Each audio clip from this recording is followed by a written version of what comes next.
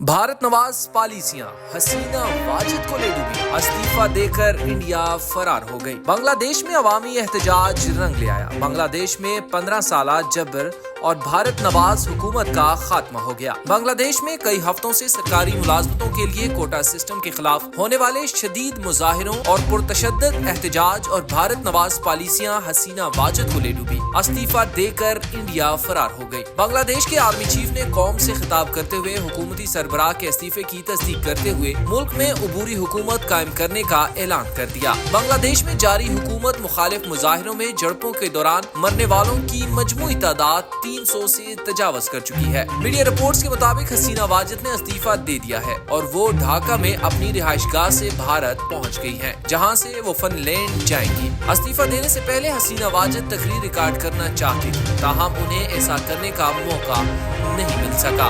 भारतीय मीडिया के मुताबिक बांग्लादेश की आर्मी चीफ ने वज़ीर-ए-आज़म हसीना वाजिद को मुस्ताफी होने के लिए 45 मिनट की डेडलाइन दी थी। बांग्लादेश के आर्मी चीफ ने कौम से खिताब करते हुए कहा कि बांग्लादेश को मखलूत हुकूमत के जरिए चलाया जाएगा, अवाम के तमाम मुतालबात तस्लीम किए जाएंगे। बांग्लादेशी आर्मी चीफ ने मुजाहिरों के दौरान हलाकतों की तहकीकात का ऐलान भी किया है और जनरल वकारुज्जमान ने कहा है कि अवाम फौज पर भरोसा रखें, हालात बेहतर हो जाएंगे, हम बांग्लादेश में अमन वापस लाएंगे। मुजाहिरीन से एहतजाज खत्म करने की दरख्वास्त की। उन्होंने एहतजाजी मुजाहिरीन को मुखातिब करते हुए कहा कि हमारे साथ तावन करें, हम साथ मिलकर एक बेहतर मुस्तकबिल की संगे बुनियाद रखेंगे। उन्होंने सरकारी टेलीविजन पर कौम से अपने खिताब में कहा कि हम एक अबूरी हुकूमत तश्कील देंगे। दूसरी जानब मुल्क भर में गैर मुअय्यना मुद्दत के लिए कर्फ्यू नाफिज कर दिया गया। रेलवे सर्विसेज गैर मुअय्यना मुद्दत के लिए मुअत्तल कर दी गई और गारमेंट फैक्ट्रियां भी बंद कर दी गई।